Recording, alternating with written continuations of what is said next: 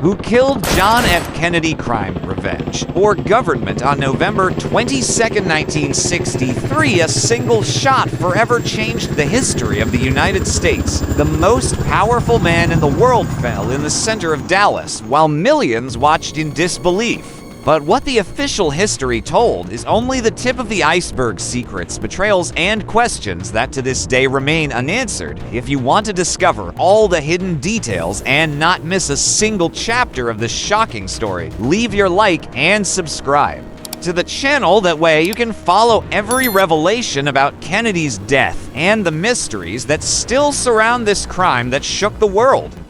The assassination of John F. Kennedy was not just a historical moment, it was a shock that paralyzed the entire world. An event that mixes tension, mystery, and intrigue in an almost cinematic way. Imagine Dallas, November 22, 1963, a city full of expectation and energy, streets crowded, children on their parents' shoulders, flags waving, and the smell of gasoline and gunpowder that was not even there yet. Kennedy, young, charismatic, a figure symbolizing hope and change, smiled at the crowd while waving, completely unaware of the approaching danger. The convertible Lincoln moved slowly as if time had slowed, and the tension in the air was almost palpable. What makes that moment even more fascinating is that despite the security protocol, the unlikely happened. A man armed on the 6th floor of a book depository turned seconds into eternity, changing not only the life of a family but the political trajectory of an entire nation. Each shot, each scream,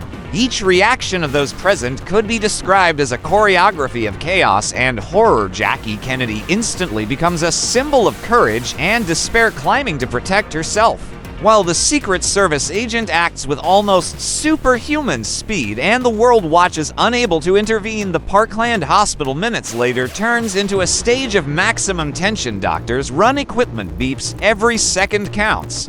But the inevitability is overwhelming. The world leader is declared dead, and the entire country freezes in front of the television, hearing the news that no one wanted to believe. What makes this assassination even more intriguing are the small details that fuel theories and mysteries to this day. Bullets that seem to defy logic, witnesses who heard shots coming from multiple points, men and women who were there and never forgot what they saw, every movement in the car, every lost gaze in the crowd.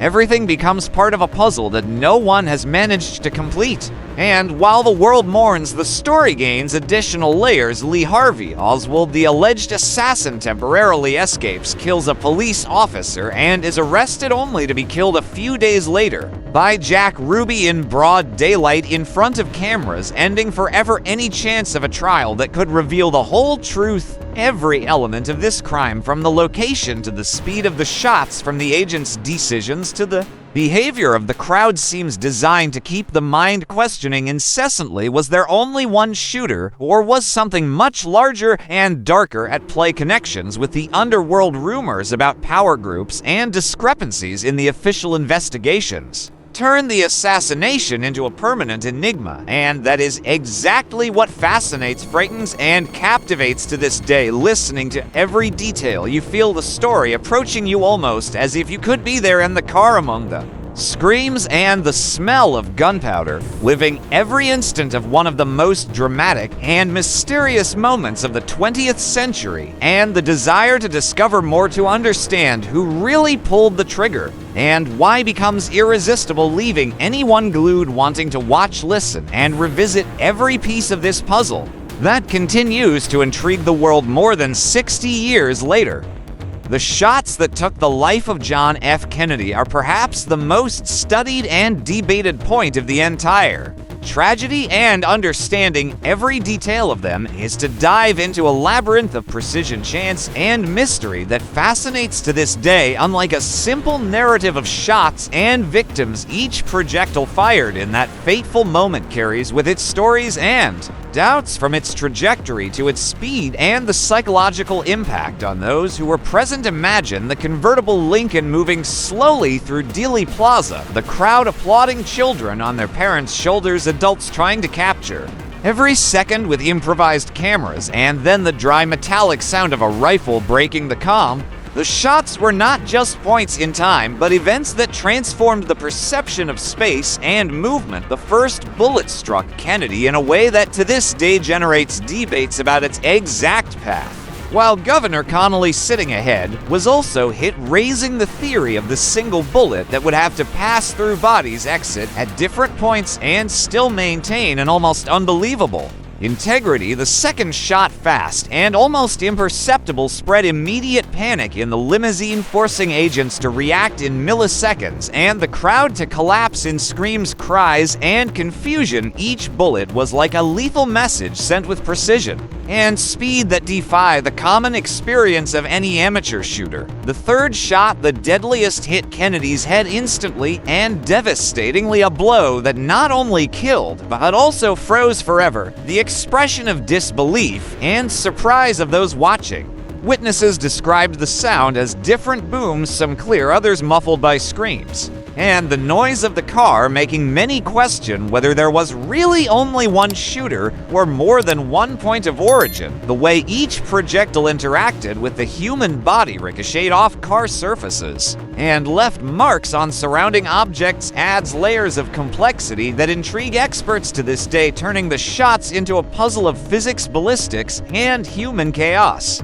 The speed of the vehicle, the angle of the shots, the height of the shooter, and the position of the victims create a macabre choreography, a moment in which every second seemed to stretch, every movement could be decisive, and every human reaction mixed with the improbable. And it is precisely this complexity that keeps the story alive. The shots were not only the beginning of a tragedy, but also the catalyst for decades of analysis, debates, and theories, leaving anyone who studies the case fascinated and restless, wanting to understand not only who pulled the trigger, but how each projectile transformed seconds into eternity, marking forever not only Kennedy's life, but of all who witnessed directly or indirectly the devastating power of a few well-placed shots and the chaos they provoked. Every detail of the shots is a piece of a puzzle that mixes courage, bad luck, and lethal precision. And diving into this story is to realize that in that instant, every bullet told a story, changed destinies, and transformed the world forever. The moment the shots hit Kennedy transformed the plaza into a scene of absolute panic, a mixture of screams, shock, and chaotic movements that seemed to defy the very logic of time. People who seconds before had been smiling and waving now fell to the ground or sought shelter, some children crying in their parents' arms, adults trying to understand if this was real or a collective nightmare inside the convertible Lincoln. The confusion turned into pure instinct. Jackie Kennedy leaned desperately over her husband's body, trying to protect him, while the Secret Service agents reacted with almost superhuman speed, pushing, grabbing, and guiding all the occupants of the car as the vehicle accelerated toward the hospital. The sound of the shots echoed between the buildings, ricocheting across the plaza, mixing with cries, shouted orders from the agents, and the engines of the escort cars, creating a cacophony that no one could ignore. Each second seemed to last an eternity. Passengers in the limousine tried to understand what had happened. Police on the streets ran to identify the source of the shots, and the crowd collapsed emotionally, many screaming, others in absolute silence, some frozen with fear. The chaos spread in an almost cinematic way, with people falling behind bushes, journalists trying to capture images and sounds, and witnesses seeing scenes they would never forget while the Lincoln weaved through traffic and the agents tried to protect the president and first lady. Every movement inside and outside the car became a dance of emergency orders where shouted hands reached out to hold, push, or protect, and yet the feeling of vulnerability was overwhelming. What makes this moment fascinating is the combination of improvisation and extreme training of natural human fear with almost mechanical reflexes of those trained to react to impossible situations. Every decision made in milliseconds determined who would survive unharmed, who would go into shock, and who would forever record in memory images of horror, terror, and courage mixed. This immediate chaos was not only physical but psychological, spreading collective panic, uncertainty, and a sense of helplessness that would cross the entire city and shortly after the whole country, making it clear that in that instant normality had been destroyed and the world would never be the same.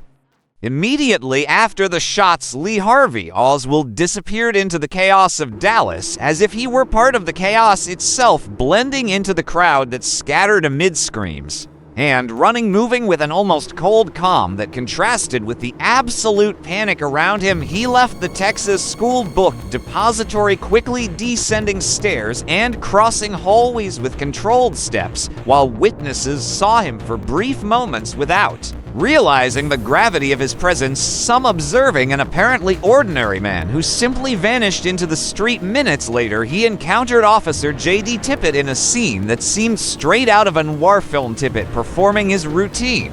Patrol approached Oswald, and in seconds, shots were fired, leaving the officer dead on the sidewalk and spreading even more confusion through the streets. At that moment, police attention intensified, and the city began to turn into a large manhunt. Oswald ran through the streets, disappearing into alleys and crossing sidewalks as officers set up improvised barricades. Radios shouted descriptions of his body and clothing each second, increasing the tension of those trying to catch him. He entered a nearby cinema, attempting to hide in the shadows of the dark room, perhaps believing that the darkness would protect him.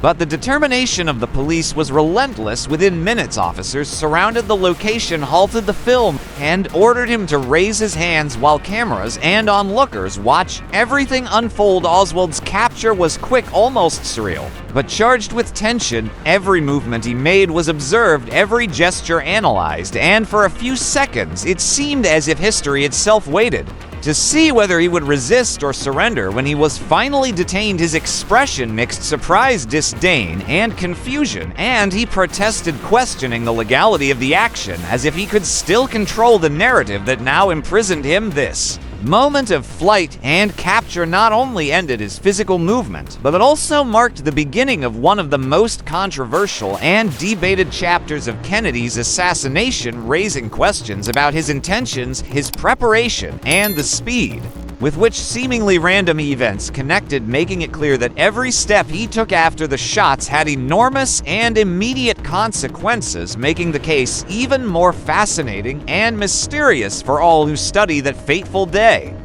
2 days after the arrest of Lee Harvey Oswald, the man identified as the assassin of John F. Kennedy became the victim of another crime that would shock the world and add even more mystery to the story: his death at the hands of Jack Ruby. Imagine the scene: the police transferring Oswald from a police station to the county jail corridors filled with journalists, microphones, and cameras, capturing every step, every gesture as Oswald walked, escorted, aware that he was under intense scrutiny, but perhaps not realizing that his life was about to end abruptly and unexpectedly. Suddenly, among the crowd and the organized chaos of security, appeared Jack Ruby, a man connected to the Dallas underworld, owner of a nightclub with connections no one ignored. In a quick and calculated move, Ruby approached, drew his gun, and fired point blank, hitting Oswald in front of the cameras and the entire world, turning the detention into a spectacle, justice into shock, and history into instant legend. The sound of the shot reverberated through the corridor, mingling with screams, hurried footsteps, and total confusion. Agents tried to contain the situation. Journalists captured images that would become iconic, and the entire world watched in disbelief. The man accused of killing a president being killed before even answering for his actions in court. This act not only eliminated Oswald, but definitively sealed the impossibility of hearing his version, questioning his motivations, understanding if he had truly acted alone or was part of something much larger, creating a curtain of mystery that still fuels theories and debates. Ruby was not just an outraged citizen, he was someone with privileged access, with connections and knowledge that immediately raised suspicions about his intentions, and possible invisible accomplices, the speed with which everything happened, the maximum exposure, and the collective shock turned Oswald's death into an almost cinematic event, a moment frozen in the memory of millions, mixing tragedy, revenge, and suspicion, leaving questions that remain unanswered and ensuring that any study of that day must consider not only the shots in Dallas, but also the shot that ended Oswald's story in a dramatic, impactful, and definitively unforgettable way. John F. Kennedy's visit to Dallas was not just a ceremonial stop. It was a dive into hostile territory where every street carried political tensions and every gaze seemed to assess the president with suspicion. Dallas, in that November of 1963, was a conservative stronghold, and Kennedy's figure, young, charismatic, and progressive, evoked both admiration and deep resentment. Posters questioning his loyalty and criticizing his policies decorated facades. Some people watched from elevated windows with curiosity, others with distrust, and the entire city seemed to breathe a mix of expectation and alertness. Kennedy's goal was to try to unify divided factions within the Democratic Party, while also showing political strength before the 1964 elections, but the environment was tense. The presence of journalists, supporters, and opponents created an unstable stage where any mistake could have serious consequences. During the parade, as the Lincoln slowly traveled through the streets, the population was divided between applause, restrained smiles, and suspicious looks, a crowd that reflected the polarization of a nation in the midst of the Cold War. Every gesture of the president, every wave or smile needed to balance cordiality and caution, because the city he was crossing did not see him just as a leader, but as a symbol of changes that many feared. At the same time, the Secret Service agents felt the tension in the air, aware that security could be compromised at any moment, while Kennedy, confident and approachable, moved forward, carrying out his schedule with the ease of someone who believed in the power of direct contact with the people. This mix of enthusiasm and hostility created an almost electric atmosphere where politics blended with the everyday life of the streets, and every step of the Lincoln could be both a gesture of approach and an invitation to danger. The scene in Dallas that day was a living narrative of support, opposition, and constant vigilance, a microcosm of the divisions and tensions marking the United States, making Kennedy's visit not only historic, but full of symbolism and suspense, a prelude to events that would turn the city into the stage of one of the most dramatic and discussed moments in modern history, making it clear that in that context, every decision, every wave, and every smile could have unimaginable and unfortunately fateful repercussions. After the shock of Kennedy's death and Oswald's assassination, the United States government created the Warren Commission to officially investigate the crime and provide answers to the public, and the way this investigation unfolded is as fascinating as it is controversial. Led by Chief Justice Earl Warren, the commission sought to construct a complete narrative analyzing evidence, testimonies, and records in a monumental effort to bring order to the chaos dominating public opinion. The investigation involved interviews with hundreds of witnesses, ballistic analysis, medical examinations, and a detailed reconstruction of the sequence of shots, seeking to understand not only who fired, but how and why. The final report concluded that Lee Harvey Oswald acted alone, firing 3 times from a single position in the Texas school book depository with a bolt-action rifle, but the details of the execution raised more doubts than answers for many experts. The extremely short time between shots, the famous trajectory of the so-called magic bullet, and the precision required to hit all the victims questioned the plausibility of a single shooter acting without assistance. Despite this, the Warren Commission consolidated its official version as the narrative the world was expected to accept, using selected testimonies and interpretations of evidence to create a coherent timeline. Even though some witness accounts reporting shots from other locations were disregarded, the investigation also focused on analyzing Oswald's motivations, his past, his connections to political ideologies, and his actions before and after the crime.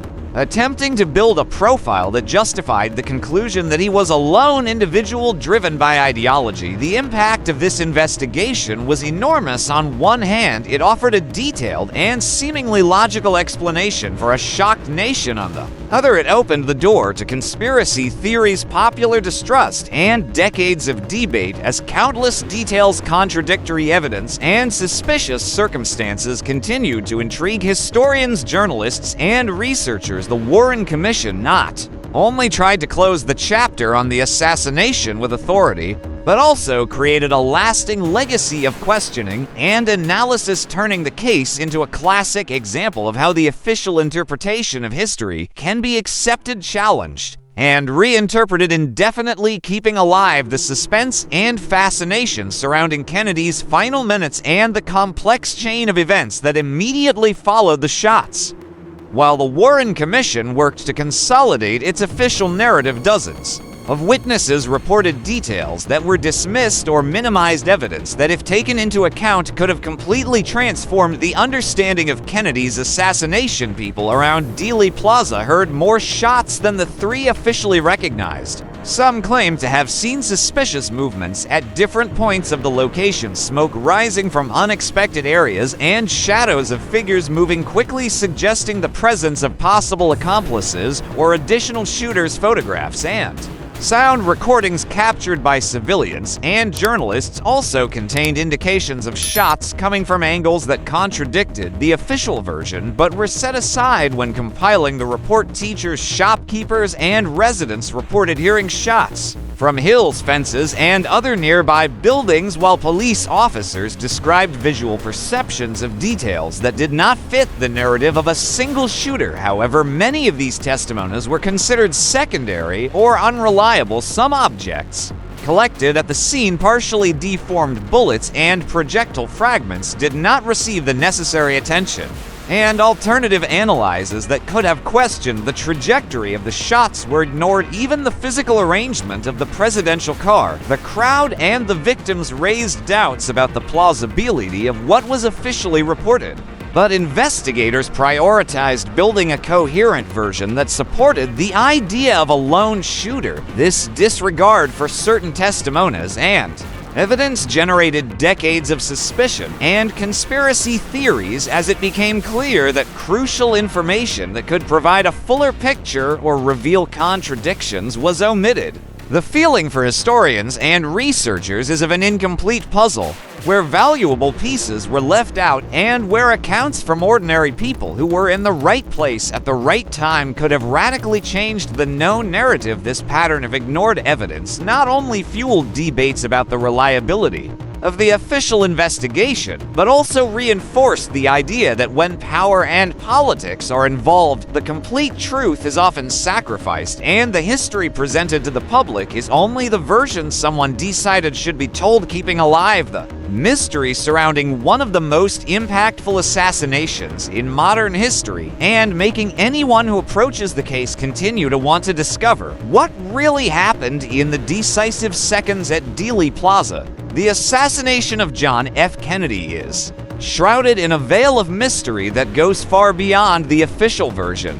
And it is in this space that conspiracy theories gain strength, involving governments, secret organizations, and powerful interests that could have benefited from his death. From the beginning, questions arose about Lee Harvey Oswald's ability acting alone to execute shots with the precision required in such a short time, fueling the hypothesis that someone was coordinating or facilitating the attack. Independent investigators pointed to possible connections with the mafia, noting that Jack Ruby, the man who killed Oswald, had ties to organized crime and privileged access to police locations and personnel, which raised suspicions that his action was not improvised but planned to silence the alleged assassin. Furthermore, elements within the CIA, dissatisfied with Kennedy's stance on international and domestic political issues, are frequently cited as actors who could have had an interest in removing him, especially after events like the Bay of Pigs crisis and the fallout with the intelligence agency. Some reports suggest that right-wing extremist groups, military personnel unhappy with certain presidential decisions, or even political circles in Washington could have had motives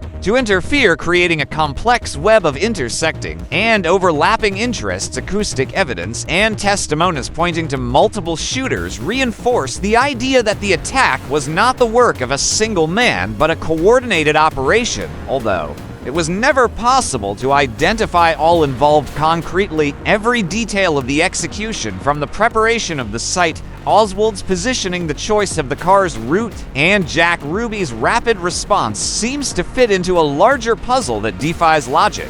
And the official version, this possibility of conspiracy keeps scholars, journalists, and the public fascinated because it suggests that Kennedy's assassination was not merely an isolated act of violence, but a point of intersection between power, revenge, and manipulation, where the full truth may never emerge, and every piece of information discovered over the decades only adds layers of doubt and intrigue. Diving into this dark side of history is to realize that JKF's death was not just a crime, but a political and social enigma, a warning of how hidden interests can interfere in the lives of leaders and change the course of history. And it is precisely this mystery that keeps millions of people seeking answers to this day, always wanting to understand who really pulled the trigger and who benefited from the silence that followed. The legacy of John F. Kennedy transcends his death, as the impact of his assassination continues to resonate in politics, culture, and the collective consciousness of the world, maintaining a mystery that seems impossible to fully resolve. More than a young, charismatic president, he became a symbol of hope, change, and the dream of a country seeking to reinvent itself. And the abrupt and violent way his life was cut short transformed his image into an immortal icon, reverberating through each generation attempting to understand the events in Dallas. The mystery surrounding his death is as potent as the legacy itself. Shots, contradictory testimonies, controversial evidence, and the subsequent murder of Oswald created a scenario where the complete truth always seems to slip away, leaving room for questions that continue to intrigue researchers, journalists, and the public alike. To this day, secret files, newly released testimonies, and fresh analyses keep the discussion alive about who was truly responsible, what interests were involved, and to what extent power and politics manipulated the official narrative. At the same time, Kennedy's figure remains present in the collective memory, inspiring books, films, documentaries, and endless debates. A leader whose influence exceeded his lifetime and whose charisma and vision still shape how leadership, courage, and international politics are viewed. Every detail, every theory, every declassified or forgotten document adds layers to the legacy and the mystery, showing that JKF's death was not merely an isolated event, but a historical phenomenon combining tragedy, heroism, and intrigue in an almost theatrical manner. The combination of his youth, his progressive ideas, the shock of his loss, and the impossibility of a completely clear narrative creates a permanent tension between memory and doubt, fascination and fear, leaving anyone approaching the story with the sense of confronting something greater than isolated facts, a puzzle that mixes politics, power, and destiny. It is precisely this mixture of inspiring legacy and unsolvable mystery that keeps interest and curiosity about Kennedy alive, ensuring that more than 6 decades later, the story continues to provoke surprise and capture the attention of all who seek to understand how a single day in Dallas managed to forever alter the course of a nation and the entire world.